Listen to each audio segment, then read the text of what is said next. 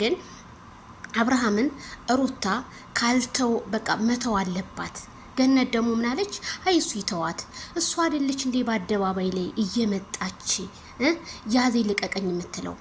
እስኪ ሩታ ከአብርሃም ትራቅና ከዛ አብርሃም ከሄደኛ አብርሃም እንወሳለን። አብርሃም ፈልጓት ቪዲዮ ከሰራ እኛ እንወሳለን።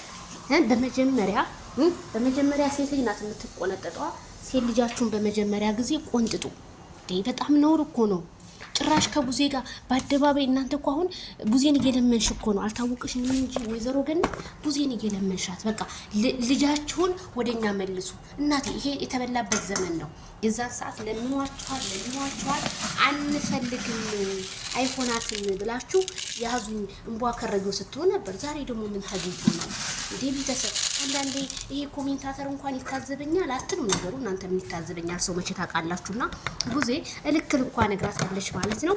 በቃ እንዴ እናንተ ሳይደርሱባችሁ እየደረሳችሁ ሊሳይ ወሰድ ተወሰደብን እያላችሁ